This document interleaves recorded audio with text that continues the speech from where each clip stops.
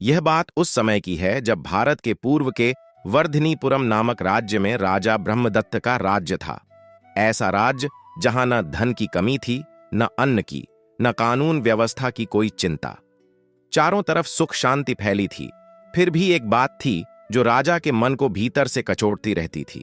उनकी 6 रानियां थीं, मगर उन्हें संतान का सुख नहीं मिल सका था। राजा एक दिन शिकार पर निकले, लेकिन वापसी में जब वे गांवों के रास्ते से होकर लौटे तो नियति ने उनके जीवन की दिशा ही मोड़ दी। एक पुरानी सी झोंपड़ी के सामने धूप में चमकता पसीना, भूसे में उलझे बाल और मिट्टी से सना चेहरा, वहां एक सुंदर युवती को देखकर वे ठिठक गए। उसका सौंदर्य सजावट में नहीं, सादगी में था। वो किसी आम किसान की बेटी लग रही थी, लेकिन उसके भीतर कुछ ऐसा था जो अलौकिक लग रहा था। राजा बस देखते ही रह गए। समय जैसे ठहर गया हो। उन्होंने सैनिकों को आदेश दिया कि इस कन्या के बारे में पता लगाया जाए। थोड़ी देर बाद सैनिक एक वृद्ध ब्राह्मण को ले आए जो ज्योतिष विद्या में पारंगत था। राजा ने पूछा, क्या जानते हो इस कन्या के बारे में? ब्राह्मण ने हाथ जोड़ते हुए कहा, महाराज, इसका नाम शिवकर्णी है। ये बहुत भाग्यशाली कन्या है। इसकी कुंडली के अनुसार इसके गर्भ से जुड़वां संतानें होंगी, एक पुत्र और एक पुत्री। और वह पुत्र जिसके माथे पर चांद होगा और हथेली पर तारे। राजा की आंखों में एक चमक दौड़ गई। बिना समय गंवाए उन्होंने उसी दिन शिवकर्णी से विवाह कर लिया और उसे महल ले आए। लेकिन महल की रानियां इस नए विवाह से खुश नहीं थीं। कई तरह की बातें बनने लगीं, ताने कसने लगे, पर राजा को अब किसी और की परवाह नहीं थी। रात को जब वे शिवकर्णी को लेकर पहली बार अपने कक्ष में पहुंचे तो वह घबराई हुई सी, नजरें झुकाए खड़ी थीं। अभी तक खेत की पगडंडियों पर चलने वाली अब संगमरमर के फर्श पर थी और इस बदलाव से भीतर तक डरी हुई थी। राजा ने कोमल स्वर में कहा, सुनो रानी, मैंने तुमसे विवाह इसलिए किया है क्योंकि तुम्हारे भाग्य में 2 अद्भुत संतानों का योग है। एक पुत्र जिसके माथे पर चांद और हथेली पर तारे होंगे।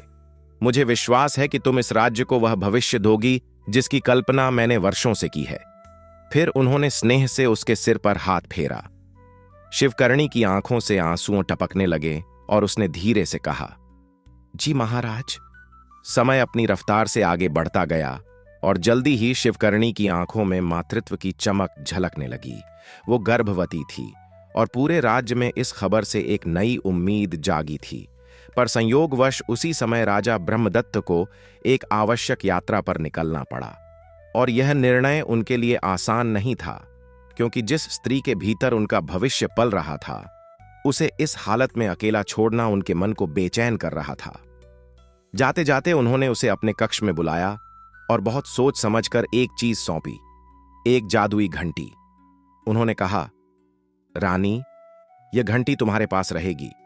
जब भी तुम्हें लगे कि संतान का समय निकट है, इसे बजा देना। मैं जहां भी होऊंगा उसी पल तुम्हारे पास पहुंच जाऊंगा, लेकिन ध्यान रखना, इसे यूं ही मजाक में मत बजाना।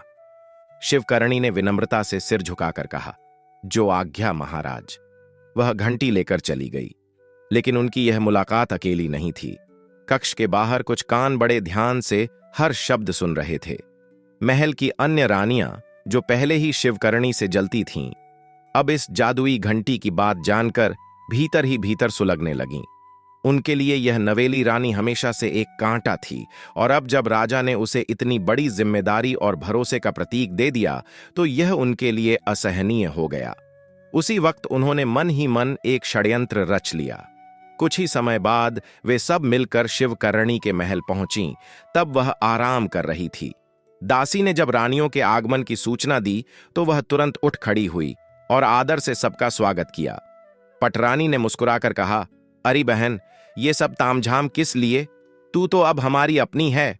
दूसरी रानी ने कहा, ऐसे संकोच मत किया कर, हम सब तेरी बड़ी बहनें हैं। भोली शिवकर्णी के मन में थोड़ी देर को ही सही यह विश्वास घर कर गया कि शायद अब रानियों का व्यवहार बदल गया है। वो बिना शक उनकी बातों में बहक गई। तभी पटरानी ने थोड़ा आगे बढ़ते हुए कोमल स्वर में पूछा, सुना है राजा ने तुझे एक जादुई घंटी दी है? शिवकर्णी ने सादगी से कहा, जी हां, दी है। फिर एक और रानी ने पूछा, क्या सच में महाराज उसे बजाते ही तेरे पास आ जाएंगे? शिवकर्णी ने मासूमियत से जवाब दिया, उन्होंने तो यही कहा है। तभी पटरानी ने हंसते हुए कहा, चल बावरी, तू अभी बच्ची है, इसीलिए राजा ने तुझे ढांढस बंधाने के लिए ऐसा कह दिया होगा। भला ऐसा भी कहीं होता है कि घंटी बजे और राजा उड़कर पहुंच जाए? सभी रानियां एक साथ ठहाका लगाकर हंसी और भोली शिवकर्णी झेप कर चुपचाप सिर झुकाकर खड़ी रह गई। उसकी मासूमियत का मजाक उड़ाया जा रहा था, पर उसने कुछ नहीं कहा। तभी एक रानी ने आंखों में शरारत भरकर कहा, अरे एक काम करना, घंटी बजा के देख, अगर वाकई राजा जी आ गए तो हम मान लेंगे उनकी बात सच्ची है। बस एक बार ट्राई कर ले। शिवकर्णी थोड़ी हिचकी, बोली, मगर।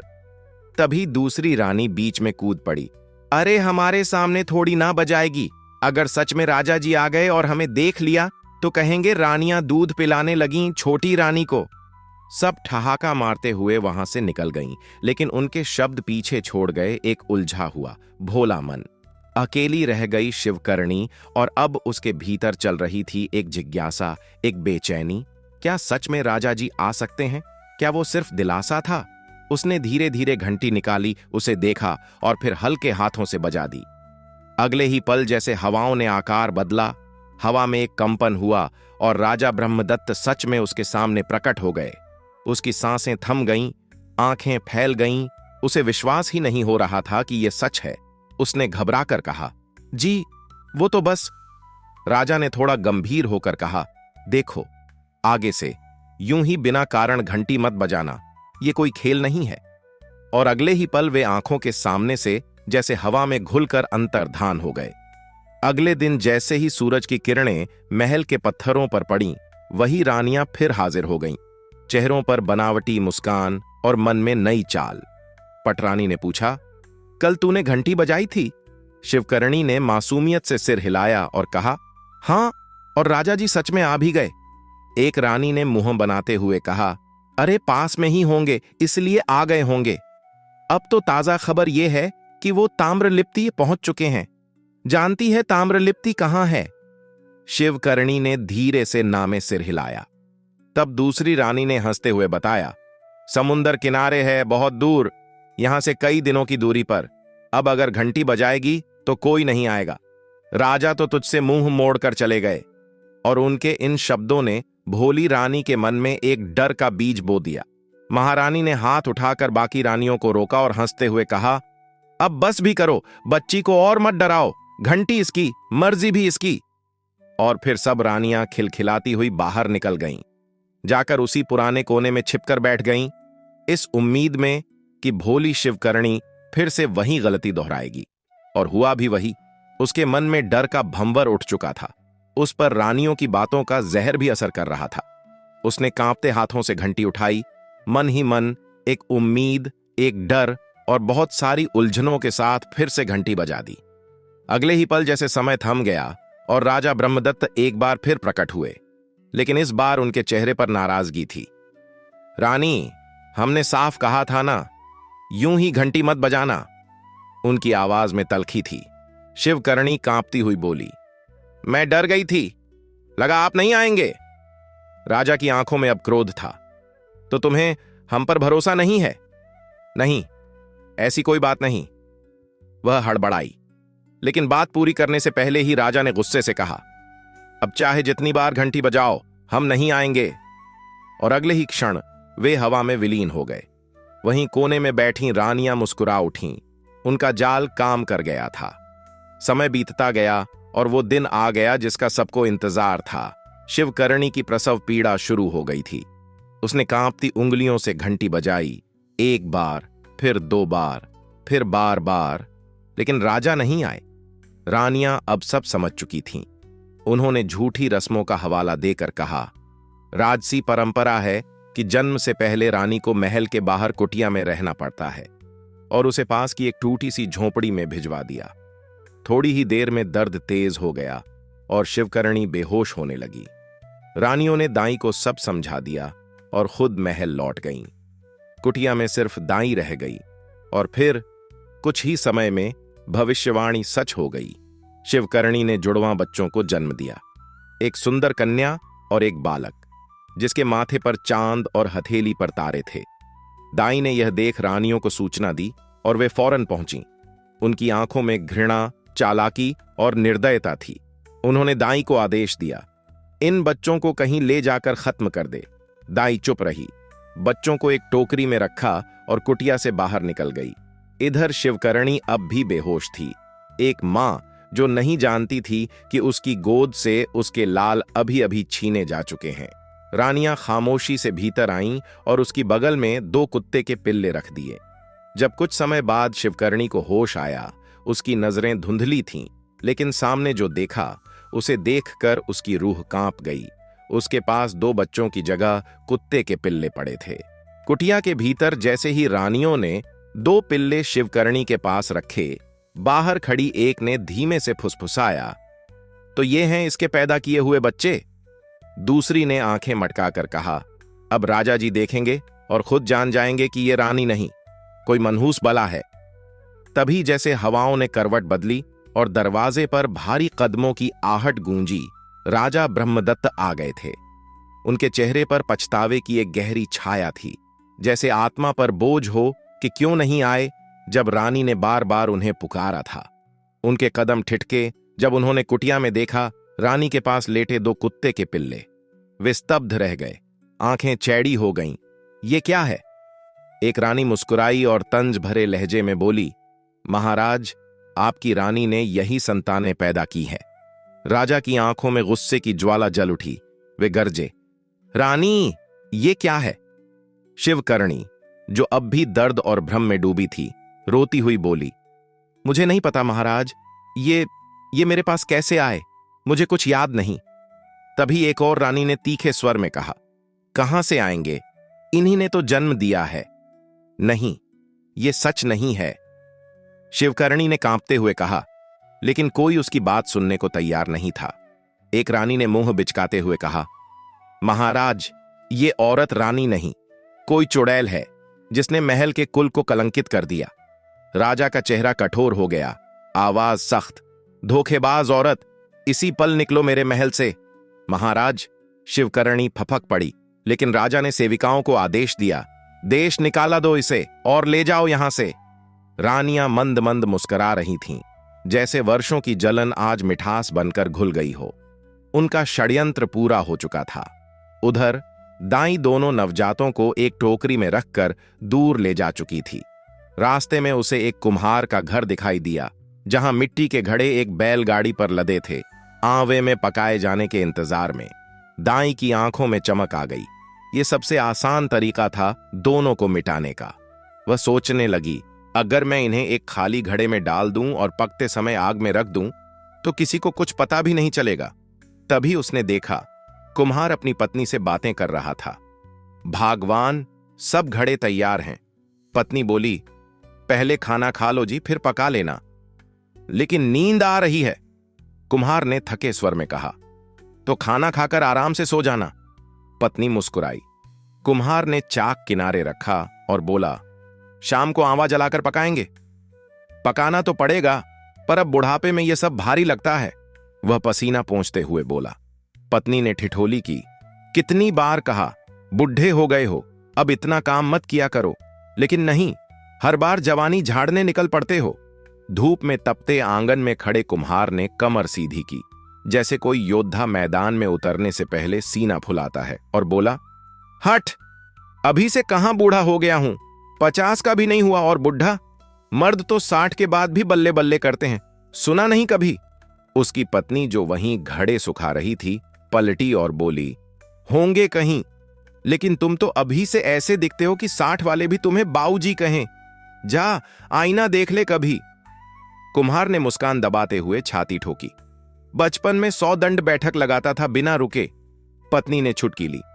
हां, और कुल मिलाकर 1.5 पसली ही थे। चलाओ 100 बैठक। तुम्हारे जैसे पेड़ पर बैठा बंदर भी गिर पड़े। वो हंसा। जवानी में बड़ा सजीला था मैं, पत्नी ने ताना मारा। कब था वो जमाना? मैंने तो ऐसा ही देखा है, झुर्रियों वाला सजीला। कुम्हार ने गुस्से की नकल करते हुए कहा, तूने ही तो सारा खून चूस लिया मेरा, और अब उलाहना भी देती है। पत्नी मुस्कुराते हुए बोली, सही है जी, मैं ही चूसती हूं खून तुम्हारा, और अभी भी कर रही हूं। मच्छरों की तरह भिनभिनाते रहो तुम। और तुम क्या हो, मक्खी हो? एक बार चिपकी तो छूटने का नाम ही नहीं लिया। कुम्हार ने हंसते हुए कहा। चल हट, बकवास बंद कर और अंदर चल, धूप में खड़े खड़े पिघल जाओगे कहीं। पत्नी ने घड़े उठाते हुए कहा। मैं तो पूरे दिन धूप में रह सकता हूं। तू जैसी बुजुर्ग औरत नहीं हूं मैं। पहले खुद को देख तो लो। तू देख लेना बुढ़ी। बिल्कुल सही कह रहे हो, बुढ़े की बीवी तो बुढ़ी ही होगी। कहानियों में सुना था अप्सराएं भी बूढ़े ऋषियों को ब्याही जाती थीं, पर भगवान ने तो मुझे उलटी अप्सरा दे दी। और तुम कौन से कामदेव हो? बस मुसीबत के देव हो। अरे फिर से भिन भिन, खाना बना जल्दी, नहीं तो तेरा जवान पति भूख से टें बोल देगा। कहां गई तेरी जवानी? 2 बजे भूख के मारे कांपने लगे हो। क्या जवानों को भूख नहीं लगती? बड़े आए जवान, अब देखो नींद भी आ रही है। कुम्हार ने धीरे से आंखें मलते हुए कहा। पत्नी हंसते हुए बोली, चलो खाना लगाती हूं, जवान राजा बाबू। और दोनों हंसते झगड़ते घर के भीतर चले गए। कुम्हारिन और कुम्हार एक झपकी के बाद बाहर निकले ही थे कि कुम्हार की नजर घड़ों पर पड़ी। वे सब इतने चमकदार, इतने परफेक्ट थे कि लगा किसी देवता ने अपनी उंगलियों से आकार दिया हो। मैंने तो आंवा जलाया ही नहीं, कुम्हारिन ने चौंक कर कहा। तो फिर ये पके कैसे? कुम्हार भी सोच में पड़ गया। पर तभी एक घड़े में हल्की सी नीली रोशनी टिमटिमाती दिखी, जैसे कोई तारों भरी रात उस मिट्टी के बर्तन में बंद हो।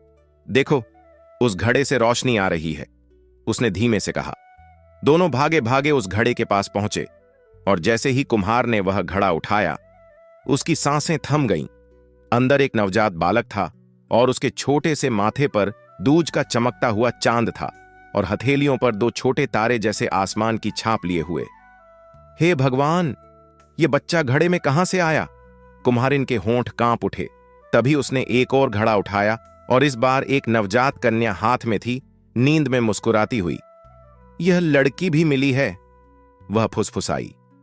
कुम्हार दोनों बच्चों को एक साथ देखता रहा, ऐसे सुंदर, ऐसे दिव्य, जैसे स्वर्ग के किसी संगीत ने मिट्टी में आकार लिया हो। मुझे तो दोनों जुड़वां लगते हैं, उसने कहा, और उसकी आवाज में डर भी था, आश्चर्य भी और श्रद्धा भी। आपका कहना सही है, कुम्हारिन ने धीरे से कहा, मगर उसकी आंखों में अब ममता उतर आई थी। कच्चे आंगन की धूप अब थोड़ी ढलने लगी थी, पर कुम्हारिन की गोद में 2 नए सूरज उग चुके थे, एक जिसके माथे पर दूज का चांद चमकता था और दूसरी जो उस चांद के प्रकाश में खुद एक सितारा लग रही थी। कुम्हार कभी उस बच्चे के माथे को देखता, कभी उस घड़े को जिसमें वो मिले थे, और फिर खुद से बुदबुदाया, ये घड़े तो इसके चांद की रोशनी से पक गए होंगे। देखो तो दिन में ही कैसी चमक है, रात को तो जैसे पूरा आंगन जगमग करेगा। कुम्हारिन की आंखें नन्ही लड़की पर टिकी थीं। ये कितनी सुंदर है, जैसे किसी चित्रकार की कल्पना से निकली हो। दोनों उस पल में जैसे भूल ही गए थे कि वो कौन है और ये बच्चे कहां से आए। कुम्हार ने धीमे से पूछा, पर हम इन बच्चों का करेंगे क्या? एक पल को सन्नाटा छा गया, फिर कुम्हारिन का जवाब आया, सीधा सधा हुआ और दिल से, रखेंगे इन्हें अपने पास, अपने बच्चे बनाकर। बुढ़ापे में और कौन होगा हमारा, यही तो सहारा हैं अब। कुम्हार थोड़ा झिझका, बोला, लेकिन ये हमारे नहीं हैं। तो क्या हुआ? कुम्हारिन की आवाज में मां की ममता थी। जिनके हैं, वो अगर इन्हें ढूंढ ही रहे होते तो क्या ऐसे घड़े में छोड़ जाते इन नन्हों को? कुम्हार खामोश हो गया। इसका नाम रखेंगे चंद्र ललाट, कुम्हारिन ने मुस्कुराते हुए कहा, और इसका तारिका, चांद की बहन तारिका। वाह रीटू, नाम रखती है जैसे पंडिताइन हो। कुम्हार हंस पड़ा और फिर अचानक गंभीर हो गया। पर लोगों को क्या बताएंगे, ये बच्चे हमारे कैसे हुए? कुम्हारिन ने उसकी ओर देखा। अरे, कौन जानता है हमें यहां, महीने भर ही तो हुए हैं आए। जो पूछेगा कह देंगे भगवान ने भेजे हैं। जैसे घड़े पकते हैं वैसे बच्चे भी मिलते हैं किस्मत से। कुम्हार ने सहमति में सिर हिलाया और फिर कहा, चंद्र के माथे पर कपड़ा बांध देंगे, कोई देख ना ले उसके चांद को, वरना बात फैल जाएगी। हां, ऐसा ही करेंगे। कुम्हारिन ने दोनों को सीने से और कसकर चिपकाया। ओ मेरे लाडलों, मेरे आंखों के चांद तारों। कुम्हार ने जब थके हाथों से अपनी पत्नी के कंधे पर हाथ रखा और उन 2 नन्ही जानों को देखा, तो उनकी आंखों से जो आंसू गिरे वो सिर्फ खुशी के नहीं थे, वो थे उस अधूरे जीवन के पूरे हो जाने के आंसू। उनके लिए राजमहल अब मिट्टी की ये झोंपड़ी थी और राजसी वैभव अब इन बच्चों की मुस्कान में बसता था। चंद्र, लल्लाट और तारका, दो नाम, दो रोशनियां, जो उस आंगन में तुतलाते हुए मां और पिता कहकर हर सुबह को रोशन कर देते थे। जब कुम्हार घड़े बनाता तो दोनों रेंगते हुए पास आते और उस गीली मिट्टी को अपना खिलौना समझ लेते। चंद्र हमेशा की तरह जिद्दी, कभी घड़ा उठाने की नाकाम कोशिश करता तो तारका उसकी नकल करती। फिर जब दोनों सिर से पांव तक मिट्टी में लिपट जाते तो कुम्हारिन भागती हुई आती, बनावटी गुस्से से डांटती और फिर हंसते हुए दोनों को झप्पी में भर लेती। ये था उनका जीवन, यही थी उनकी दुनिया। कुम्हार अब ज्यादा घड़े नहीं बनाता था। उसके लिए अब धन नहीं, समय की कीमत थी और वह हर पल अपने लाडलों के पास रहना चाहता था। दिन ढलने के बाद जब दोनों बच्चे सोते तो वे चुपचाप बैठकर उन्हें निहारते रहते, जैसे जीवन की सबसे सुंदर तस्वीर उनके सामने हो। चंद्र के माथे पर चमकता चांद अब एक रहस्य बन चुका था, जिसे कपड़े से छिपाया जाता था और उसे समझाया गया कि असली राजकुमारों का सिर हमेशा ढंका रहता है। उस मासूम को क्या पता वह सच में एक राजकुमार है। साल बीतते गए और दोनों बड़े हो गए। चंद्र 10 वर्ष का हुआ तो उसका चेहरा तेज से दमकने लगा और तारका, जो बचपन से उसे भैया कहती थी, अब एक खूबसूरत संयमी युवती बन चुकी थी। वे जुड़वां थे, पर रिश्ता ऐसा जैसे जन्मों से भाई बहन हो। चंद्र की ताकत साधारण बच्चों से कहीं ज्यादा थी। उसके हर भाव में तेज, हर हंसी में जोश और हर गुस्से में वो मासूमियत थी जो तारका को कभी कभी डरा देती थी। जब वह धमकियां देता तो तारका सहम जाती और छिप जाती। कुम्हारिन गुस्से में कहती, कहीं का कंस है तू, और चंद्र हंसते हुए जवाब देता, तो ये कौन सी देवकी है पगली। दिन यूं ही हंसते खेलते बीतते रहे, लेकिन नियति कब चुप रहती है। एक सुबह सब कुछ बदल गया।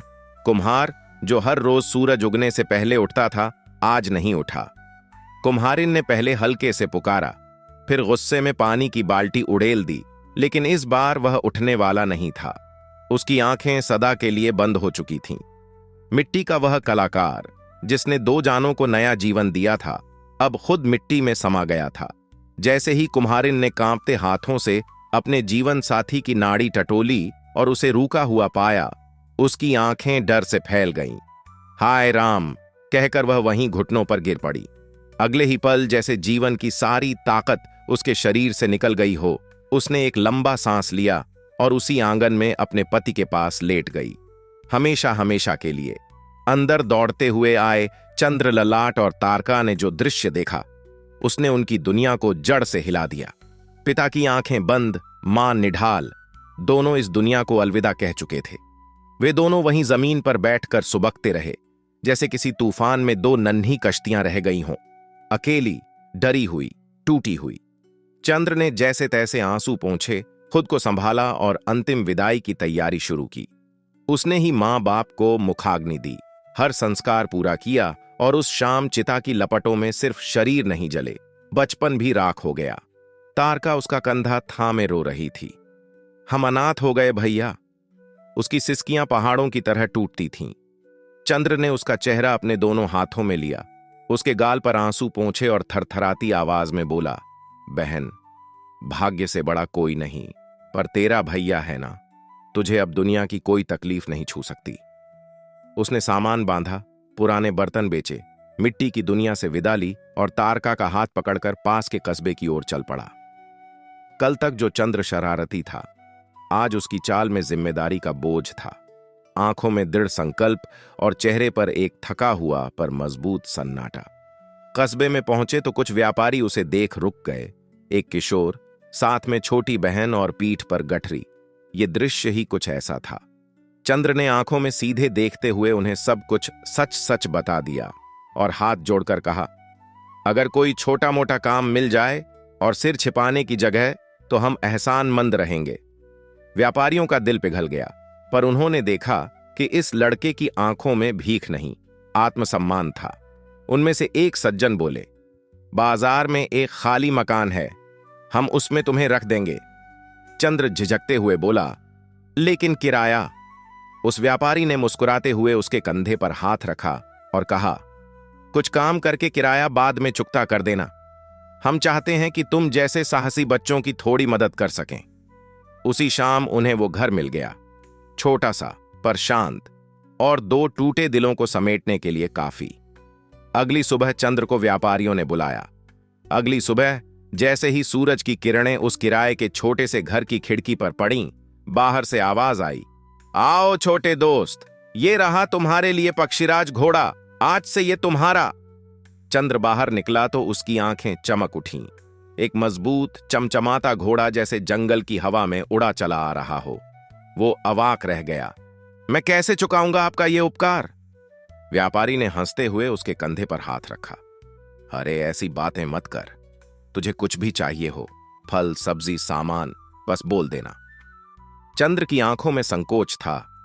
पर कुछ काम दे दीजिए ना। व्यापारी सोच में डूबे। तभी चंद्र ने कहा, अगर आप चाहें तो मैं रोज जंगल से औषधियां, फूल पत्ते इकट्ठा कर सकता हूं। मुझे इनकी पहचान है, सब जानता हूं। एक बुजुर्ग व्यापारी ने मुस्कुराते हुए पूछा, कर लोगे ये काम? चंद्र के चेहरे पर आत्मविश्वास था। जरूर करूंगा, साथ में शिकार भी कर लाऊंगा। आपके किसी भी काम आ सकूं तो अच्छा लगेगा। वो बुजुर्ग हंसते हुए बोले, बस कर अब, ऐसी बातें मत कर। ये कोठरी मेरी है। अगर तेरे जैसे बच्चों की मदद नहीं कर सके तो इस धन संपत्ति का क्या मोल? तुझे किराए की कभी चिंता नहीं करनी। फिर एक और व्यापारी ने कहा, रामू से बात कर लेते हैं, वो तुझसे औषधियां ले लेगा और पैसे देगा। हमें तो हर दूसरे दिन जरूरत पड़ती ही है। चंद्र बोला, पैसों का क्या करूंगा? आप सब कुछ दे ही देते हो। नहीं बेटा, एक बुजुर्ग ने धीमे से कहा, यह तुम्हारी मेहनत की कमाई है, अपने पास रखना। चंद्र ने मुस्कुराकर जवाब दिया, तो फिर इन्हीं पैसों से मैं किराया भी दूंगा। सब हंस पड़े। बड़ा जिद्दी है तू। और यहीं से शुरू हुआ चंद्र का नया जीवन। हर सुबह वह पक्षीराज पर सवार होकर जंगल जाता, अपनी आंखों से औषधियां चुनता, पेड़ों की छांव में बूटियां खोजता और कुछ जरूरी शिकार भी करता। फिर दिन ढलने से पहले लौट आता। कभी कभी उसकी पीठ पर शिकार बंधा होता, तो कभी घोड़े की थैली में जड़ी बूटियों की भीनी खुशबू होती। जल्द ही वह और तारका पूरे कस्बे में लोकप्रिय हो गए। लोग उनके मधुर स्वभाव, उनकी सादगी और संस्कारों से बेहद प्रभावित थे। सब उसे उसके माथे पर बने चांद से पहचानते। उसके माथे पर वो चमकता चांद अब सबको सम्मोहित करता था। फिर एक दिन चंद्र अपने रोज के काम से लौट रहा था। पक्षीराज हवा में जैसे उड़ता हुआ दौड़ रहा था। जंगल की सरसराहट उसके कानों में संगीत की तरह गूंज रही थी। औषधियां इकट्ठा हो चुकी थीं और अब वह कस्बे की ओर बढ़ रहा था कि तभी जंगल में एक अलग सी खामोशी पसर गई। पत्तियां कांप उठीं, हवा में अजीब सी सनसनाहट दौड़ने लगी, जैसे कोई अज्ञात शक्ति जाग गई हो। अचानक वृक्ष झूमने लगे, उनकी शाखाएं एक दूसरे से टकराने लगीं। पक्षी चीत्कार करते उड़ चले और जानवर बिलों में छिप गए। उसी क्षण पास ही महाराज ब्रह्मदत्त शिकार के लिए वन में आए हुए थे। आज उनके साथ कोई सेवक नहीं था। घोड़े की टापों की गूंज जैसे पूरे जंगल की रगों में दौड़ रही थी। चंद्र का पक्षीराज घोड़ा पवन से भी तेज भाग रहा था, मानो किसी अनजाने भाग्य की ओर खींचा चला जा रहा हो। अचानक एक तेज झोंका आया और चंद्र की पगड़ी हवा में उछल गई। अगले ही पल उसका माथा उजागर हुआ और वहां उस पर था चांद, एक चमकता हुआ दूधिया दूज का चांद। जैसे ही वो उजास फूटा, पूरा जंगल उस प्रकाश से नहा गया। पत्तियां चमक उठीं, तनों पर दूध जैसा नर्म उजाला उतर आया और हवा जैसे एकदम थम सी गई। दूर खड़े महाराज ब्रह्मदत्त की आंखें चैंधियां गईं। उन्होंने जैसे ही उस घुड़सवार को देखा, उनकी सांस अटक गई। माथे पर वही चांद, वैसा ही जैसा वर्षों पहले उनके महल में ज्योतिषी ने भविष्यवाणी में कहा था।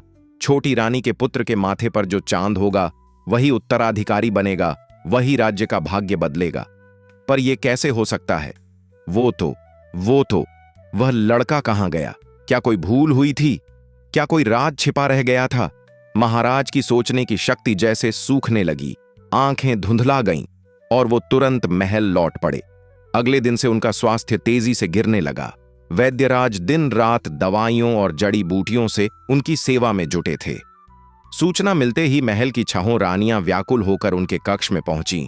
महाराज मूक होकर एक आसन पर बैठे थे, चेहरा पीला, माथे पर गहरी लकीरें और आंखों में अनकहा तूफान। क्या हुआ महाराज? एक रानी ने धीरे से पूछा, लेकिन जवाब में बस एक थकी हुई सांस निकली। कुछ नहीं महारानी। आप चिंतित लगते हैं, दूसरी रानी ने कहा, और फिर एक एक कर सभी रानियां उनकी आंखों में झांकने लगीं, जैसे उनकी चुप्पी को पढ़ने की कोशिश कर रही हों। महाराज ने गहरी सांस ली और फिर धीरे धीरे बोले, कल जब हम आखेट को गए थे, वहां मुझे एक युवक दिखा, घोड़े पर सवार, और उसके माथे पर चांद था, ठीक वैसा ही जैसा हमें बताया गया था। वो चांद, वो चमक, मैं जानता हूं वो कोई धोखा नहीं था। सब रानियां हक्की बक्की रह गईं। पर ऐसा कैसे संभव है? एक ने पूछा। बाकी की आंखों में डर और उलझन एक साथ तैरने लगी। महाराज ने धीरे से सिर झुकाया और कहा, मुझे कुछ समझ नहीं आ रहा। कमरे में सन्नाटा पसर गया। केवल दीवारों की दरारों से आती हवा की धीमी सी सरसराहट सुनाई दे रही थी। कुछ देर बाद महाराज ने थके स्वर में कहा, अभी आप सब जाओ, मुझे कुछ देर एकांत चाहिए। रानियां चुपचाप वहां से निकल गईं। महल की दीवारें जैसे हिल गई हों। छहों रानियों के चेहरे सफेद पड़ गए थे, जैसे किसी ने उनके दिल की धड़कनें छीन ली हों। माथे पर चांद, वो तो सिर्फ एक ही बालक के भाग्य में लिखा था, छोटी रानी का पुत्र। पर उसे तो सालों पहले मार डालने का आदेश दिया गया था, और दाई ने कहा भी था कि दोनों बच्चों को घड़ों में रख आग में जला दिया गया है। फिर यह कैसे संभव है? कहीं कुछ छूट तो नहीं गया? कहीं वो लड़का बच तो नहीं गया? अगर राजा को सच पता चल गया तो सबका सर्वनाश तय है। उनका गुस्सा किसी को नहीं छोड़ेगा। एक गहरा सन्नाटा कमरे पर छा गया। एक एक कर रानियां आपस में फुसफुसाने लगीं। यह हुआ कैसे? दाई ने क्या सच में धोखा दिया? पर क्यों? वो तो बस एक नौकरानी थी। लेकिन महारानी ने सबको चुप करवा दिया। उसकी आवाज सख्त थी। अब डरने का वक्त नहीं, सोचने और कुछ करने का वक्त है। सबसे पहले उस दाई को पकड़कर लाओ, उससे सच उगलवाना ही होगा। उसी समय एक विश्वस्त सेवक को भेजा गया और अगले ही दिन वह कांपती हुई दाई महल में पेश कर दी गई। जैसे ही वो अंदर आई, महारानी गरज उठी, सच सच बता, उन बच्चों का क्या किया तूने? दाई ने कांपते हुए रटा रटाया जवाब दिया, मैंने उन्हें आग में जला दिया स्वामिनी। झूठ! महारानी ने कोड़ा उठाकर उसकी पीठ पर दे मारा। वो लड़का जीवित है और हमें सब कुछ पता चल चुका है। दाई चीख पड़ी, मगर अब उसके झूठ पिघलने लगे थे। मैंने उन्हें कुम्हार के घड़ों में रख दिया था। वो आंच देने ही वाला था। और फिर महारानी की आंखों में गहरा शक और डर एक साथ तैरने लगा। उन्हें तो जल जाना चाहिए था। अबे मूर्ख! महारानी फिर गरजी। उस लड़के का माथा चमक रहा है जंगल में। तू सोच, क्या सच में वो मरा था? दाई के होंठ सूखने लगे। वह घुटनों पर गिर गई। मुझे एक और मौका दो स्वामिनी, मैं पता लगा कर आऊंगी। वचन है, उसे ढूंढ लाऊंगी। उसकी आंखों में अब डर के साथ मौत का साया था। महारानी ने एक ठंडी सांस ली और कहा, जा, और याद रख, अगर तू खाली हाथ लौटी तो इस बार कोड़े नहीं, अग्नि तुझे निगलेगी। दाई अपनी जान बचाकर महल से निकल गई। अगली सुबह जब सूरज की पहली किरण धरती को छू रही थी, दाई दबे पांव उस कुम्हार की झोंपड़ी तक पहुंची, जहां बरसों पहले उसने 2 मासूम बच्चों को मौत के हवाले करने की साजिश रची थी। मगर कुम्हार अब इस दुनिया में नहीं था। वो तो कब का गुजर चुका था, और उसके बच्चे भी अब दूसरे कस्बे में बस गए थे। दाई का चेहरा पीला पड़ गया, लेकिन उसकी आंखों में एक अजीब चमक थी।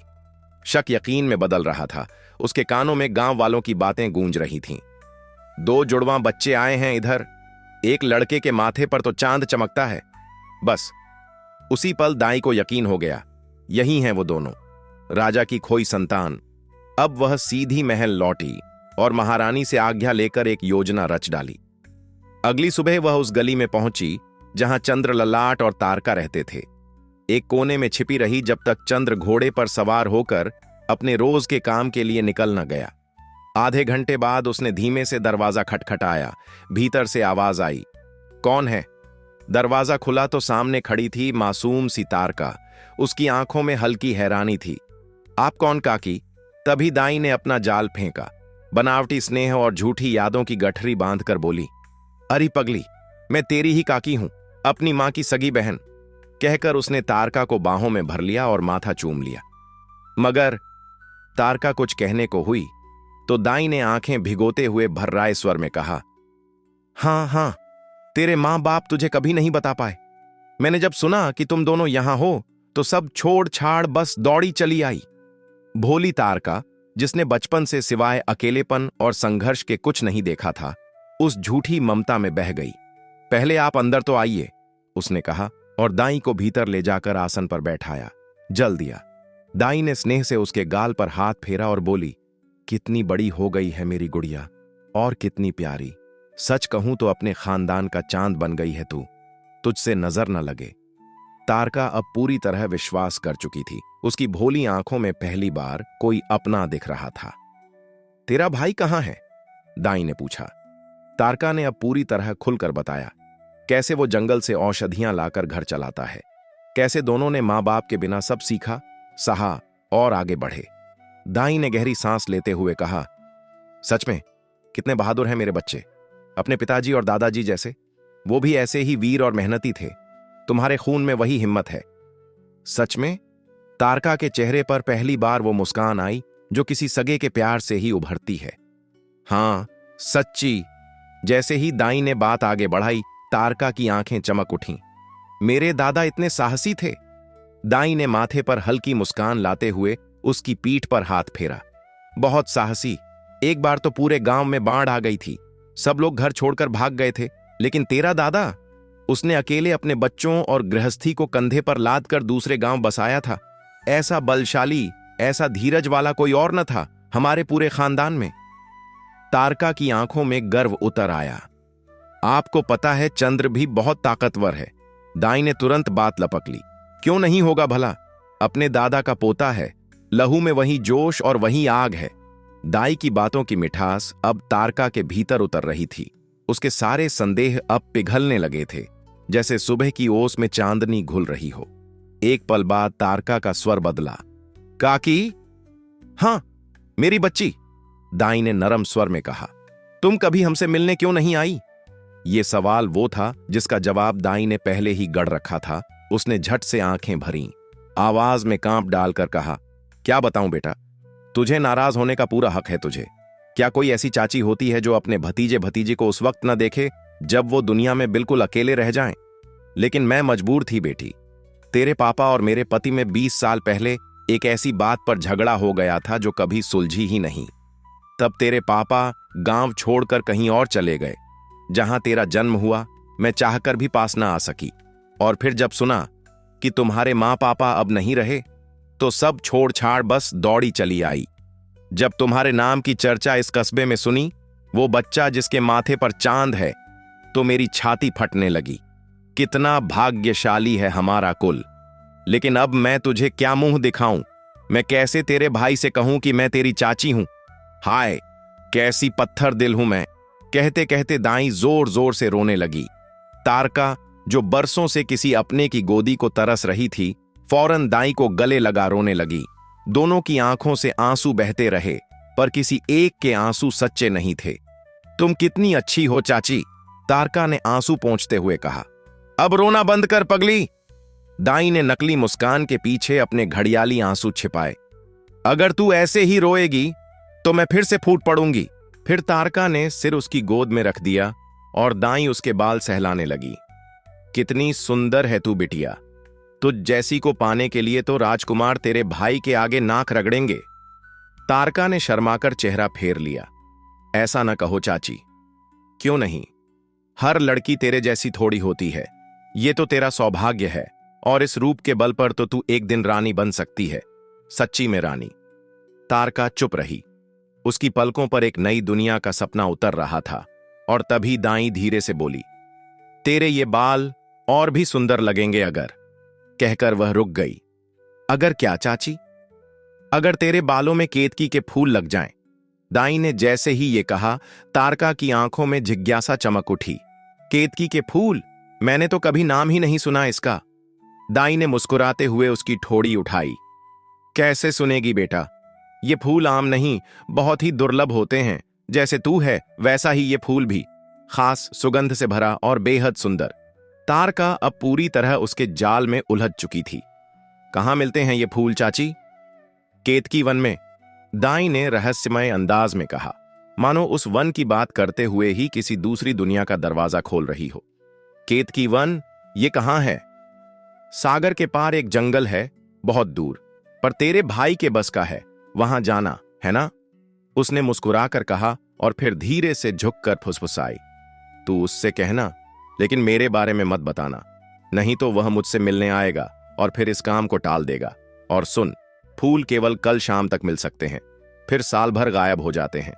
तारका थोड़ी असमंजस में थी, लेकिन दाई ने बात काट दी।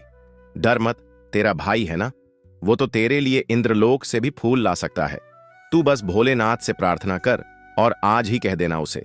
मैं अब चलती हूं। अभी से चाची? तारका ने थोड़ी मायूसी से पूछा। मन तो मेरा भी नहीं कर रहा, पर बेटा साथ है, बुखार में है, सराय में छोड़ आई हूं, कल फिर आऊंगी अपने भतीजे को देखने। दाई उठी और जैसे ही द्वार पार किया, उसके चेहरे पर एक खौफनाक मुस्कान उभर आई। उसे पूरा यकीन था कि लड़का अगर केतकी वन तक पहुंच भी गया तो वहां के राक्षस उसे जिंदा नहीं छोड़ेंगे, और रही बहन तो उसे तो किसी और तरह से निपटा ही देगी। उधर शाम को चंद्र लौटकर आया, पसीने से भीगा हुआ पर मुस्कुराता हुआ। तारका ने बड़े स्नेह से खाना परोसा।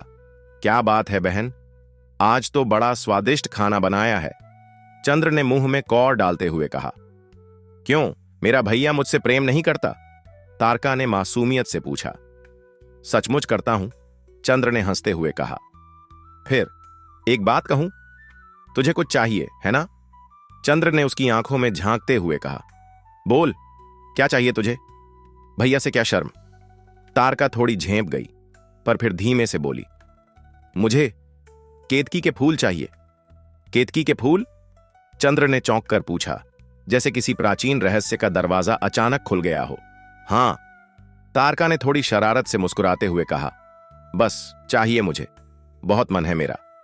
लेकिन कहां मिलते हैं ये? चंद्र अब थोड़ा गंभीर हुआ। केतकी वन में सागर के बीचों बीच एक पगडंडी है जो सीधे वहां तक जाती है, लेकिन ध्यान रखना, फूल सिर्फ कल शाम तक ही खिलते हैं, फिर पूरे साल नदारद। तारका की आंखों में मासूम जिद चमक रही थी और चंद्र बस देखता रह गया। ठीक है बहन, तूने कहा है तो जान भी दे सकता हूं तेरे लिए, फूल तो क्या। ये कहते हुए उसने उसे बाहों में भर लिया। मेरे प्यारे भैया, तारका ने भावुक होकर उसका सीना थाम लिया और चंद्र उसके बालों में हाथ फेरते हुए मन ही मन मुस्कुरा उठा। सूरज की पहली किरण अभी धरती पर पड़ी भी न थी कि चंद्र तैयार होकर निकल पड़ा। कमर में चमचमाती तलवार, पीठ पर तरकश, हाथ में धनुष और साथ में कुछ सूखे मेवे व चावल। उसका घोड़ा जैसे पंख लगाकर उड़ रहा हो। शहर, गांव, खेत सब पीछे छूटते गए और कब 3 घंटे निकल गए उसे पता ही नहीं चला। सूरज अब सिर के ऊपर आ गया था, लेकिन चंद्र की आंखों में थकान का नामो निशान नहीं था। धीरे धीरे रास्ता जंगल में बदलने लगा। पेड़ इतने घने कि धूप की एक रेखा तक नीचे न आ सके। जैसे जैसे वो भीतर गया, जंगल एक रहस्यमय सन्नाटे से भरता चला गया और तभी उसकी नजर एक राक्षसी पर पड़ी। वह बहुत लंबी और काली, जैसे कोयले की बनी हो। उसके बाल पेट तक लटक रहे थे और 2 विशाल दांत बाहर निकले थे, जैसे हाथी के हों। मगर अजीब बात यह थी कि उसका चेहरा डरावना होते हुए भी मासूम सा लग रहा था। चंद्र को उससे डर नहीं लग रहा था। तभी उसके दिमाग में एक चाल आई। उसने घोड़ा मोड़ा और पास के जंगल में जाकर 3-4 हिरणों का शिकार किया। फिर उन्हें रस्सी से बांधकर उसी राक्षसी की ओर बढ़ा। दूर से ही हाथ जोड़कर बोला, बुआ प्रणाम। राक्षसी चौंक गई। कौन है तू और मुझे बुआ क्यों बुला रहा है? चंद्र ने बड़ी मासूमियत से जवाब दिया, बचपन में मां के साथ आपको देखा था, आप ही तो मेरी बुआ हैं। देखिए, आपके लिए तोहफा लाया हूं। और उसने हिरणों की ओर इशारा किया। राक्षसी एक पल को हकीकत और भ्रम के बीच डोलती रही, लेकिन फिर जैसे उसके भीतर का लालच जाग गया, उसने खुशी से उन हिरणों को गटक डाला और बोली, वाह रे मेरे भतीजे, तू तो सीधा दिल में उतर गया। अब बता, क्या चाहिए?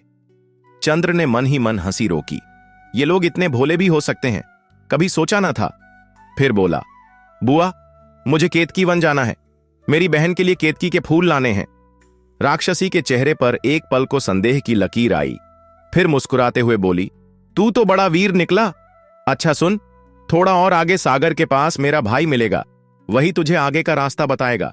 जाओ, सफल हो, यही आशीर्वाद है। चंद्र ने सिर झुकाया और बुआ को प्रणाम कर घोड़े की लगाम खींच दी। केतकी वन अब अधिक दूर नहीं था। बहुत बहुत धन्यवाद बुआ, चंद्र ने हंसते हुए कहा और घोड़े पर चढ़ गया। अब चलता हूं, लेकिन वादा है दोबारा मिलने जरूर आऊंगा। राक्षसी ने अपने विशाल हाथ उठाए और आवाज में प्यार था। ठीक है भतीजे, आते रहना, अपनी बुआ को मत भूलना। चंद्र ने मुस्कुराकर हाथ हिलाया और उसकी बुआ उसे तब तक देखती रही जब तक वो आंखों से ओझल न हो गया। घोड़ा अब एक नई दिशा में बढ़ चला था। सामने एक और घना वन था। वही पुरानी युक्ति दोहराई, कुछ हिरणों का शिकार किया, उन्हें बांधा और अगले मोड़ पर अपने राक्षस चाचा की ओर बढ़ा। चाचा जी बुआ से भी लंबे, उनके बाल गुच्छों में लटकते हुए और चेहरा ऐसा जैसे किसी बाल कथा का भोला भाला राक्षस। लेकिन चंद्र को तो अब तक समझ आ गया था कि इन लोगों को मूर्ख बनाना ज्यादा मुश्किल काम नहीं। प्रणाम चाचा जी, चंद्र ने ऊंची आवाज में कहा, बिल्कुल आत्मविश्वास के साथ। राक्षस ने भौहें चढ़ाकर कहा, ओहो, तू कौन है जो मुझे चाचा कह रहा है? चंद्र ने वही कहानी दोहराई जो बुआ को सुनाई थी और फिर हिरणों की ओर इशारा करते हुए बोला, आपके लिए यह खास भोजन लाया हूं। राक्षस ने तो जैसे स्वर्ग का स्वाद छक लिया, हिरणों को देखते ही खाने लगा और बोला, वाह भतीजे, दिल खुश कर दिया। अब बता, क्या चाहिए? केतकी वन जाना है, चंद्र बोला। राक्षस ने थोड़ी देर सिर खुजाया, फिर उसे पास बुलाकर कुछ कान में फुसफुसाया, एक रहस्यमयी युक्ति। चंद्र की आंखें चमक उठीं। बस इतना ही, मैं ये जरूर करूंगा चाचा। जाओ और सफल हो, राक्षस ने मुस्कुराकर उसे विदा दी। अब चंद्र पूरी तरह आश्वस्त था। दोपहर ढलने को थी और सूरज पश्चिम की ओर झुक रहा था, लेकिन वह जानता था कि उसे सूरज डूबने से पहले केतकी वन पहुंचना ही होगा, वरना फूल मुरझा जाएंगे। उसने मन ही मन कहा, चिंता मत कर बहन, तेरा भैया तेरे लिए फूल जरूर लाएगा। और उसने घोड़े को सरपट दौड़ा दिया। थोड़ी दूर चलकर उसके सामने एक गहरा, कांटों से भरा जंगल आया। हर दिशा में सिर्फ कांचिरी के पेड़, इतने घने कि न घोड़ा चल सके, न पैदल कोई रास्ता दिखे। पत्तों पर लंबे धारदार कांटे थे। एक गलत कदम और पूरा शरीर छलनी हो जाए। तभी चंद्र को याद आया चाचा का बताया उपाय। उसने आंखें बंद कीं और मन ही मन कांचिरी देवी को पुकारा, मां, मार्ग दो, नहीं तो मैं यहीं समाप्त हो जाऊंगा। और उसने वही विशेष मंत्र जपना शुरू किया। देखते ही देखते कांचिरी के पेड़ आपस में सरकने लगे, जैसे कोई अदृश्य हाथ उन्हें पीछे खींच रहा हो। जंगल दो भागों में बंट गया और उनके बीच बना एक साफ सीधा रास्ता, बस उतना ही चौड़ा कि घोड़ा आराम से निकल सके। चंद्र ने एक बार फिर कांचिरी मां को नमन किया और घोड़े की लगाम खींच दी। अब वह तट की ओर बढ़ चला था। कुछ ही देर में नीले समंदर की झलक सामने थी। चंद्र अब समंदर के किनारे खड़ा था। उसकी आंखों के सामने लहरें उफन रही थीं, जैसे कोई विशाल जीव सांसें ले रहा हो, लेकिन उसके भीतर डर नहीं था। उसने आंखें बंद कीं, मन ही मन समुद्र देवता को पुकारा, हे पिता, मुझे मार्ग दीजिए, नहीं तो मेरा यहीं अंत हो जाएगा। और फिर वो मंत्र जपा जो चाचा ने सिखाया था। तभी समुद्र की लहरें एकाएक गर्जना करने लगीं, जैसे खुद समुद्र जाग उठा हो।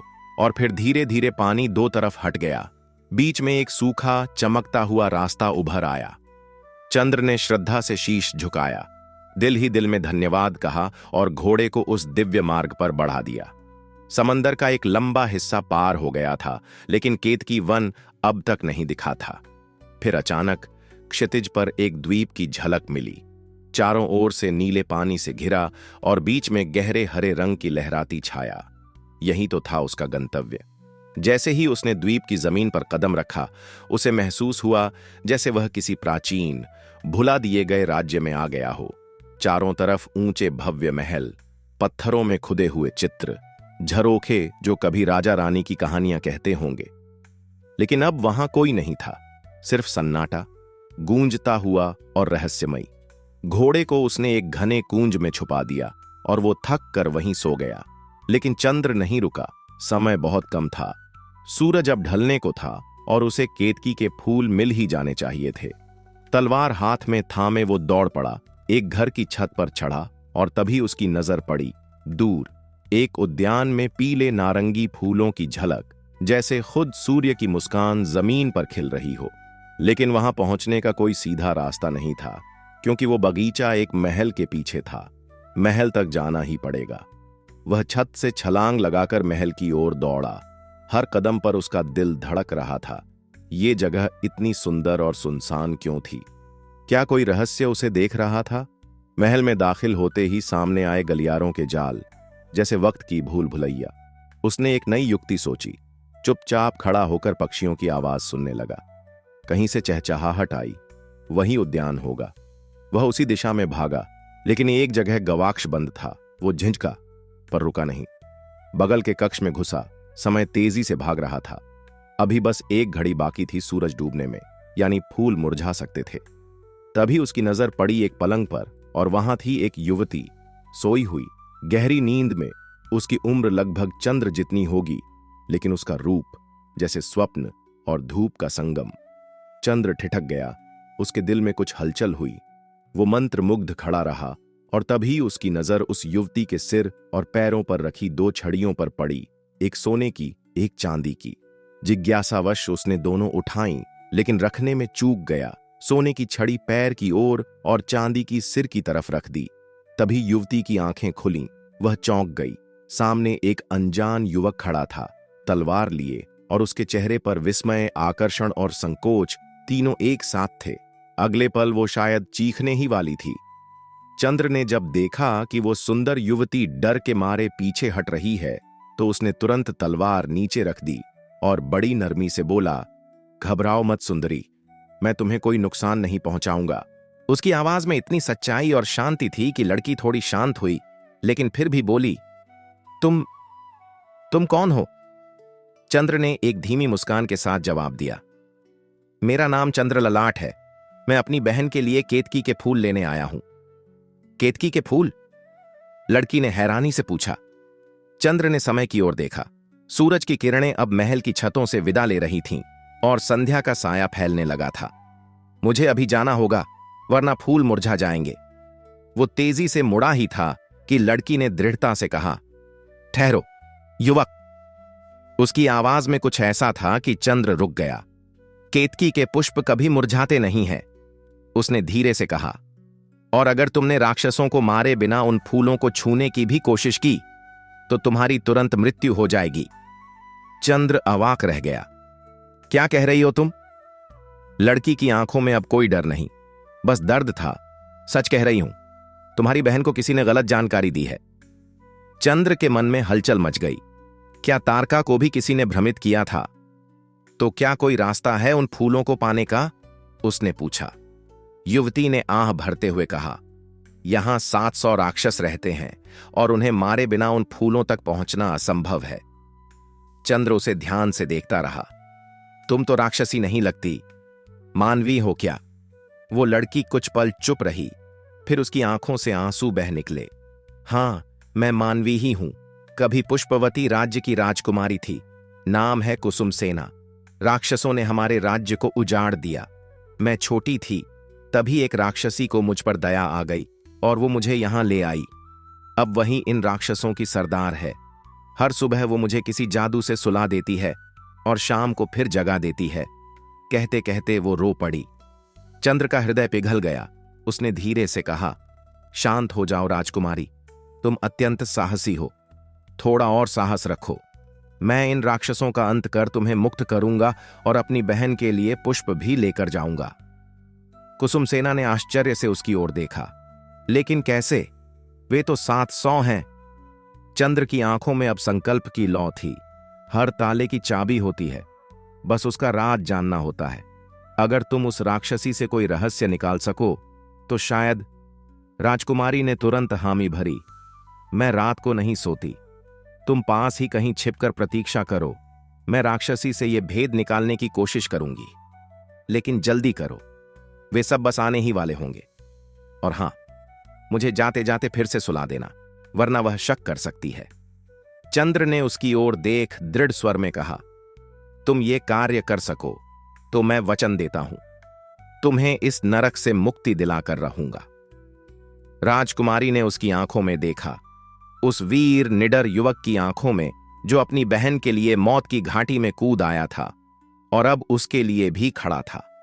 न जाने क्यों, लेकिन उस पल भोली कुसुम सेना का दिल धक से रह गया। वो इस अजनबी पर मोहित हो चुकी थी। चंद्र ने एक गहरी सांस ली, फिर राजकुमारी को वैसे ही सुला दिया जैसे उसने कहा था, चुपचाप, प्यार से, जैसे कोई छोटी बहन को सुला रहा हो। फिर वो महल की दीवार की ओट में जाकर छिप गया, धड़कनों को थामे, हर आवाज पर कान लगाकर। उसकी आंखें अंधेरे में भी चौकस थीं।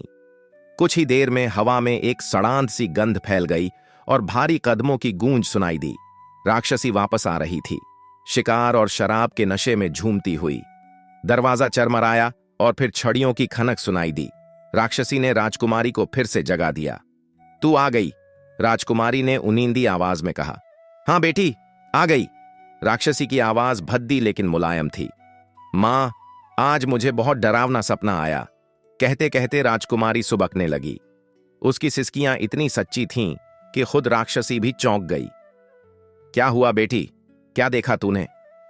राजकुमारी रोती रही, फिर थरथराती आवाज में बोली, मैंने देखा कि एक मानव ने तुम्हें मार डाला और मैं फिर से अकेली रह गई। राक्षसी के चेहरे पर हैरानी और क्रोध की झलक आई। मानव? मुझे भी कुछ अजीब सी गंध आ रही है, जैसे कोई इंसान आसपास हो। वो सूंघने लगी, दीवारों के पास घूमने लगी, लेकिन राजकुमारी ने जोर से रोना शुरू कर दिया, उसका ध्यान भटकाने के लिए। तू क्यों रो रही है पगली? हमें कोई नहीं मार सकता। क्यों मां? राक्षसी अब पूरी तरह नशे में थी। वो लड़खड़ाते हुए बोली, क्योंकि हमारे जीवन का एक रहस्य है। राजकुमारी ने मासूमियत से कहा, बताओ ना मां, प्लीज बताओ ना, नहीं तो मुझे नींद नहीं आएगी। राक्षसी ने घूंघट सी आंखें खोलीं और हंसी। ठीक है, सुन, इस महल से करीब 2000 कदम दूर एक सरोवर है। अगर कोई मानव सुबह के पहले उस सरोवर से एक संदूकची निकालकर उसमें से निकलने वाले फूलों का रस ले ले तो वही हमें मार सकता है। लेकिन अगर उस रस की एक बूंद भी जमीन पर गिर गई तो उस मानव के 100 टुकड़े हो जाएंगे। इसलिए चिंता मत कर, हमें कोई नहीं मार सकता। लेकिन यह मानव की गंध। मां, लगता है आज ज्यादा पी ली है तुमने, राजकुमारी ने मीठे स्वर में कहा। हां, शायद। चल, अब सोते हैं। कहते हुए राक्षसी पलंग पर ढेर हो गई और कुछ ही देर में खर्राटों की आवाज आने लगी। राजकुमारी का दिल तेज तेज धड़क रहा था, लेकिन डर के नीचे साहस की ज्वाला थी। उसने धीरे से कोने में छिपे चंद्र को बुलाया। वो तुरंत सामने आया, जैसे अंधेरे में से कोई प्रकाश निकल आया हो। उसने सारी बात फुसफुसाकर चंद्र को बता दी। चंद्र ने उसकी आंखों में देखा और दृढ़ता से कहा, अब तुम चिंता मत करो, कल सुबह ही मैं इस काम को अंजाम दूंगा। इसमें बहुत खतरा है चंद्र, कुसुम सेना की आवाज कांप रही थी। घबराओ मत, मैं कर लूंगा, उसने हल्की मुस्कान के साथ कहा। मुझे तुम पर पूरा विश्वास है। राजकुमारी की आंखें भीग गईं। अभी चलता हूं और अब राक्षसों को परलोक भेजकर ही लौटूंगा। इतना कहकर चंद्र चल पड़ा। उसकी पीठ अंधेरे में गुम होती गई और वहीं खड़ी राजकुमारी के होठों से बस एक धीमी प्रार्थना निकली, हे भगवान, इस वीर की रक्षा करना, इसकी तलवार कभी ना झुके, इसे इसके मकसद में सफलता मिले, कृपा रखना प्रभु इस चंद्र ललाट पर। अगले ही दिन भोर से पहले, जब आकाश में बस हल्की नीली लकीर थी और सब ओर नीरवता थी, चंद्र अपने वस्त्र उतारकर सरोवर के पास पहुंचा। एक क्षण बिना सोचे वो जल में कूद गया। सरोवर उम्मीद से कहीं ज्यादा गहरा था और जैसे ही वो नीचे गया, उसके चारों ओर काली माया छा गई। कुछ भी दिखाई नहीं दे रहा था, जैसे कोई दूसरी ही दुनिया हो जिसमें रोशनी ने कसम खा ली हो कि वो नहीं आएगी। चंद्र का दम घुटने लगा। उसके सीने में हवा की कमी अब जलन बन रही थी। उसे जल्दी ही संदूकची मिलानी थी, वरना उसे ऊपर लौटना पड़ता और शायद फिर मौका न मिलता। अचानक ही जैसे कोई अदृश्य शक्ति जाग गई। चंद्र के माथे का चांद और हथेलियों के तारे एक साथ चमकने लगे, मानो सैकड़ों दीपक एक साथ जल उठे हों। पूरा सरोवर उनकी रोशनी से चांदी सा चमकने लगा और उस अंधे अंधेरे में रोशनी की वो किरणें चंद्र के भीतर फिर से साहस भर गईं। उसने तेजी से नीचे तल में खोज जारी रखी और तभी उसकी उंगलियां एक ठंडी धातु से टकराईं। वो संदूकची थी। जैसे ही उसने उसे थामा, चांद की शक्ति से उसके फेफड़े फिर से सांस लेने लगे। वो ऊपर तैरा और आखिरकार सरोवर से बाहर आ गया।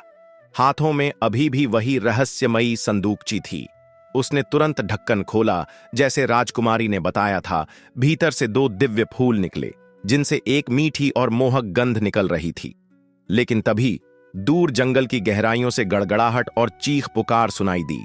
राक्षसों को पता चल गया था कि कोई उनकी मौत की चाबी ले आया है। वे दौड़े चले आ रहे थे।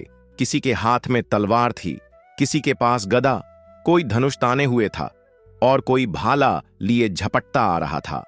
लेकिन चंद्र वहां खड़ा हंस रहा था, निर्भीक, स्थिर। उसने दोनों फूलों को हाथ में मसला और तुरंत उनका रस अपने सीने पर रगड़ लिया। बूंदें गिरने से पहले ही उसने उन्हें समेट लिया, हर कण अपने शरीर में उतार लिया। और फिर पूरा जंगल जैसे कांप उठा, धरती हिल गई और एक भीषण गूंज के साथ सारे राक्षस वहीं ढेर हो गए, बिना चीख के, बिना युद्ध के। अगले ही पल संदूकची के भीतर से एक पत्र फड़फड़ाता हुआ बाहर आया, जैसे किसी ने उसकी वीरता को पहले ही जान लिया हो। हे वीर, तुमने जो किया वो एक चमत्कार है। लेकिन अब सुनो, यह केतकी वन अगली आधी प्रहर में समुद्र में समा जाएगा। तुम चाहो तो कुछ भी ले जा सकते हो, लेकिन अगर रुक गए तो यह स्थान तुम्हारे लिए यमलोक बन जाएगा। पत्र हाथ में लिए चंद्र ने संदूकची वहीं फेंकी और महल की ओर दौड़ पड़ा।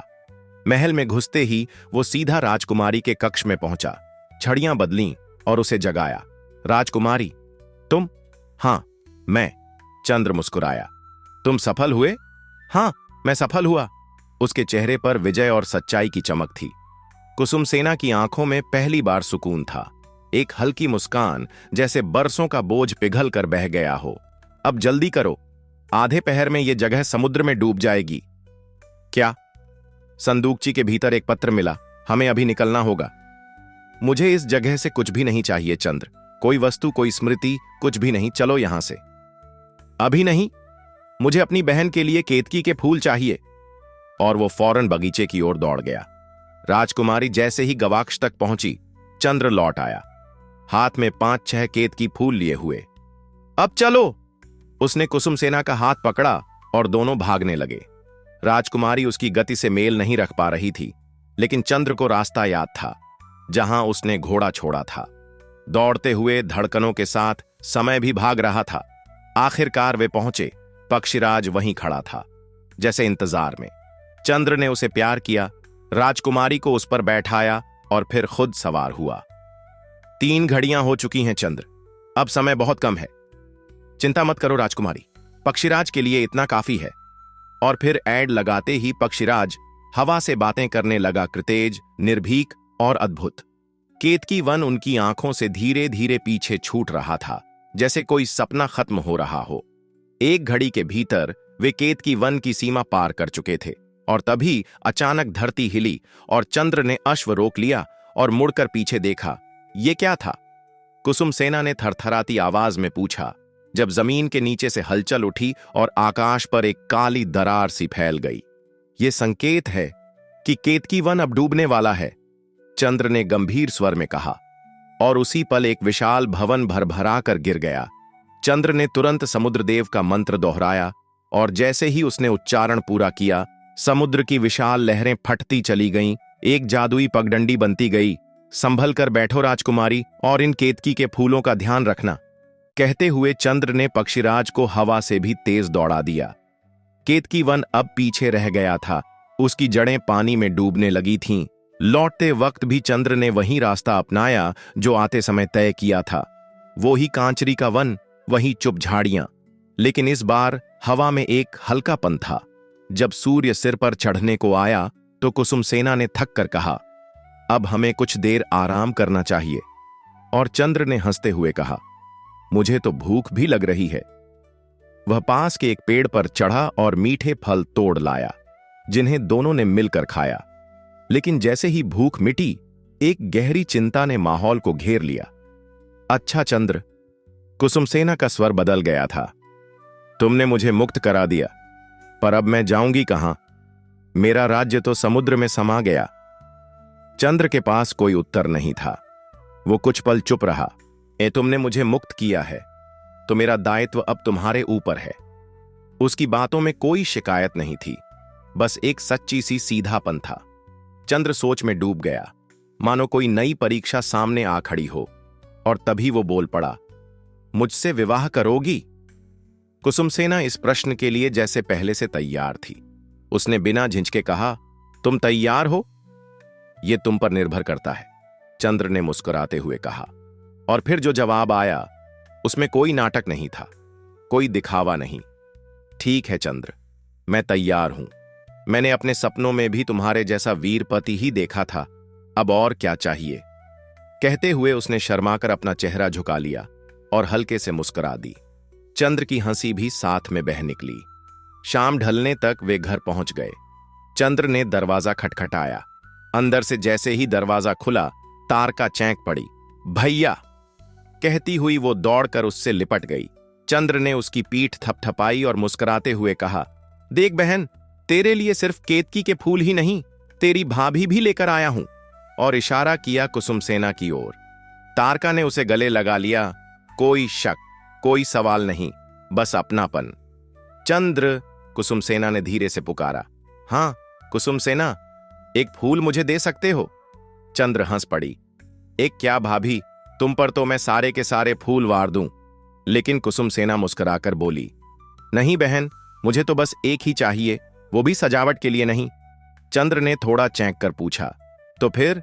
वह हल्की सी मुस्कुराई, मैं यहां इसका पौधा लगाऊंगी। यही फूल तो उस दिन की वजह बना जिस दिन मेरी जिंदगी बदल गई। चंद्र ने हल्के से उसका कंधा छुआ। ओह कुसुमसेना। और फिर तीनों के चेहरे पर वो मुस्कान खिल उठी जिसमें राहत भी थी, प्यार भी और एक नई शुरुआत की चमक भी। अगली सुबह से ही जैसे सब कुछ अपने आप सहज होता चला गया। चंद्र ने पास के मंदिर में जाकर एक सादे लेकिन गरिमामय विवाह में कुसुमसेना को अपना जीवन साथी बना लिया। अब वो फिर से अपने पुराने जीवन में लौट आया। वन में जाना, औषधियां लाना, शिकार करना जैसे पहले करता था, लेकिन अब उसके लौटने का इंतजार कोई और भी करता था। कुसुमसेना और तारका के बीच का रिश्ता कुछ ही दिनों में इतना गहरा हो गया मानो वे सालों से एक ही घर की दीवारें साझा कर रही हों। कुसुमसेना ने घर के सारे काम हाथ में ले लिए थे और तारका उसे हर छोटी बड़ी चीज सिखा रही थी, चूल्हे की आंच से लेकर मंदिर की पूजा तक। देखकर कोई सोच भी नहीं सकता था कि ये वही लड़की है जो कभी पुष्पवती राज्य की राजकुमारी थी। वो एक लड़की से स्त्री बनी थी, एक पत्नी, एक बहन और पहली बार एक परिवार का हिस्सा। चंद्र अपने काम में व्यस्त था, लेकिन भाग्य की रेखाएं उसकी किस्मत के माथे पर लिखे चांद की तरह टेढ़ी थीं। एक दिन जब वह वन में शिकार कर रहा था, तभी राजा ब्रह्मदत्त की नजर उस पर फिर पड़ी। इस बार वे आश्वस्त थे। उस युवक के माथे पर जो चांद दमक रहा था, वही उसका खोया हुआ बेटा है। ठहरो युवक, राजा की आवाज गूंजी। चंद्र ने घोड़े की रफ्तार धीमी की। कहिए, मुझे तुमसे कुछ बात करनी है, राजा ने आग्रह किया। लेकिन चंद्र बोला, माफ कीजिएगा, अभी मुझे जल्दी है। अगर मिलना है तो बड़े बाजार के सबसे छोटे घर में आइएगा, मैं वहीं रहता हूं, अभी रुक नहीं सकता। और ये कहकर वह फिर अपनी राह पर निकल गया। राजा थोड़ी देर वहीं खड़े रहे, लेकिन अब उन्होंने निश्चय कर लिया था, इस बार बिना उससे मिले वे लौटेंगे नहीं। उसी दिन महल लौटते ही उन्होंने 6 रानियों को बुलवाया और जैसे ही वे आईं, उनका क्रोध फूट पड़ा। क्या किया तुमने मेरे बच्चों के साथ? उनका रौद्र रूप देख रानियां कांपने लगीं। हम नहीं समझे महाराज, बड़ी रानी ने घबरा कर कहा। समझ आ जाएगा जब कोड़े पड़ेंगे।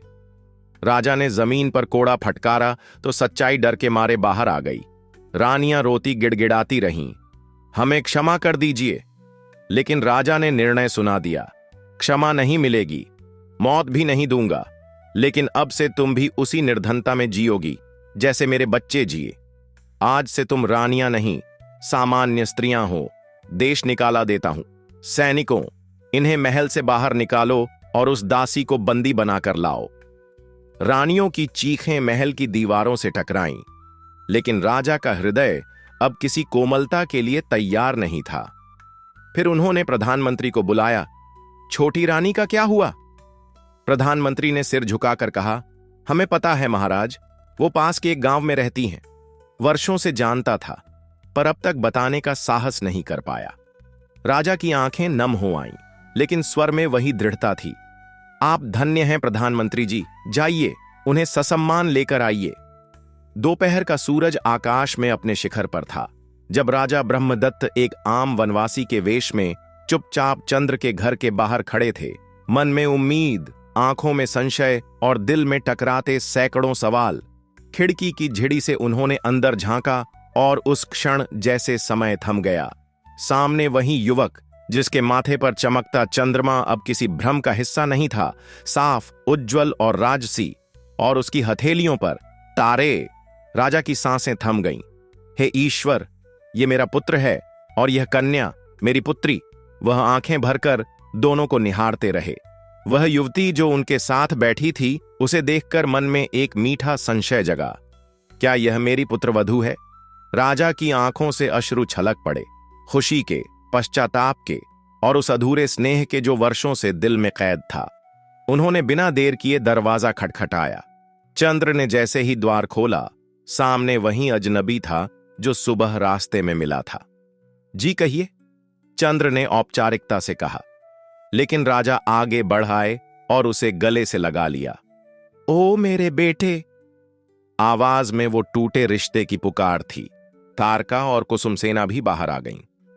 डरो मत मेरे बच्चों, मैं ही हूं, तुम्हारा पिता, इस राज्य का राजा ब्रह्मदत्त, और तुम दोनों मेरी संतान। चंद्र और तारका एकदम स्तब्ध।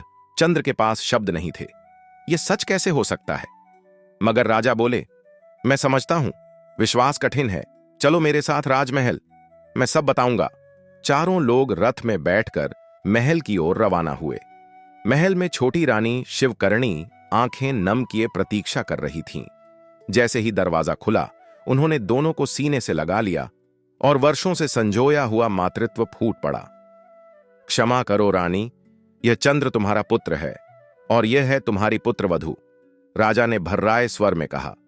फिर दाई को बुलाया गया, जिसने रोते हुए पूरी सच्चाई कह सुनाई।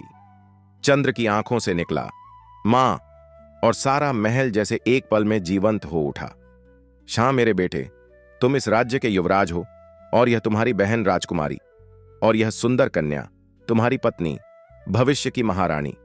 शिवकर्णी कांपती आवाज में बोली, बोलो बेटा, क्या नाम रखा था तुम्हारे दत्तक माता पिता ने? मां, मेरा नाम चंद्र ललाट है, और ये मेरी बहन तारका, मेरी पत्नी पुष्पवती की राजकुमारी कुसुमसेना। राजा ने तुरंत आदेश दिया, प्रधानमंत्री, आज्ञा महाराज, राज्य में सप्ताह भर का उत्सव हो, घोषणा कर दो, राजकुमार और राजकुमारी लौट आए हैं। और पूरा राज्य जैसे रोशनी से भर गया। मंत्रियों, सेनापतियों, नगरवासियों ने उन्हें फूलों और उत्सवों से स्वागत किया। उस रात जब चंद्र और कुसुमसेना को थोड़ी निजता मिली, चंद्र बोला, क्या तुम सोच सकती हो कि मैं एक राजकुमार हूं? कुसुमसेना मुस्कुराई, मुझे तो अब भी यकीन नहीं हो रहा। अब तुम महारानी बनोगी? चंद्र ने उसके बालों में हाथ फेरते हुए कहा। सुनिए, हां, वो स्थान ठीक रहेगा ना? कुसुमसेना ने उद्यान की ओर इशारा किया। किसके लिए? केतकी के पौधे के लिए। और इतना कहकर वह चुपचाप उसका सिर चंद्र के कंधे पर टिका देती है। दोनों चांद को देखते रहे, जैसे उनके जीवन की सारी अधूरी कहानियां अब उसी चांद में पूरी हो रही हों। बाद में चंद्र ने अपने पराक्रम से पुष्पवती का राज्य जीत लिया। जनता उन्हें और तारका को जैसे आंखों में बसा बैठी।